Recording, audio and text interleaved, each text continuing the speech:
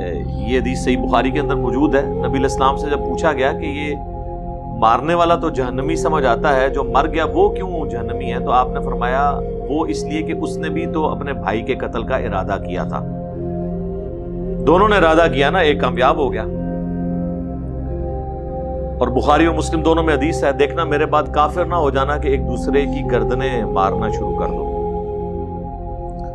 مجھے اپنے بعد تم سے یہ خطرہ نہیں کہ تم شرک کرنے لگو، بلکہ مجھے یہ خطرہ ہے کہ تم دنیا کے مال میں پھنس جاؤ گے اور پھر ایک دوسرے کو قتل کرو گے جس طرح اگلوں نے کیا، اور تم بھی تباہ و برباد ہو جاؤ گے جس طرح اگلے تباہ و برباد ہو گئے. اور یہی ہوا.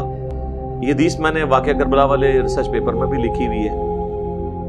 تو اب نبی علیہ السلام نے یہاں پہ جس کفر کا ذکر کیا ہے نا، اور جہنمی ہونے کا یا کفر کا، اس میں کفر کا بھی ذکر ہے ایک حدیث میں، بخاری مسلم کی جو میں نے حدیث بیان کی. کافر نہ ہو جانا کہ ایک دوسرے کی گردن، مراد یہ کہ کافروں والا عمل ہے. اور اگر کسی نے جائز سمجھ کے کیا، کسی مسلمان کے قتل کو جائز سمجھا، تو وہ کافر ہو گیا. اب رہ گی جو صحابہ کرام کی آپس میں جنگیں ہیں. بیسیکلی یہ احادیث وہاں پہ لوگ کوٹ کرتے ہیں کہ اسپیسیفکلی تو حضور نے ان کے لیے کہا تھا، تو لڑے تو وہ آپس میں، تو کیا کافر ہوئے یا نہ ہوئے؟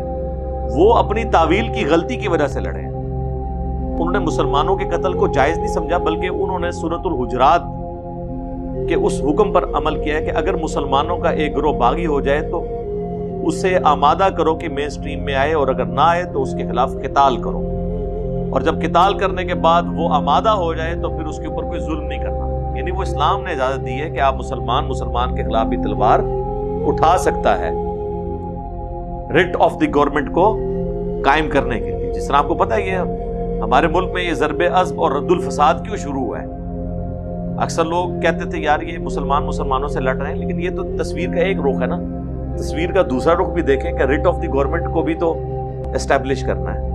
کسی جتھے کو، پارٹی کو یہ اجازت تو نہیں دینی ہے کہ وہ ایک عوام الناس کا قتل کرنا شروع کرتے ہیں.